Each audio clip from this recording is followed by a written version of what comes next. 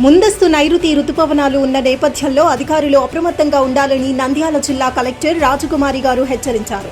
వర్షాలు కురుస్తున్న వేళ మట్టి మిద్దెలో ప్రమాదాలు జరిగే అవకాశం ఉందని, విద్యుత్ తీగల దగ్గర ప్రజలంతా అప్రమత్తంగా ఉండాలని ఆమె అధికారులకు సూచించారు.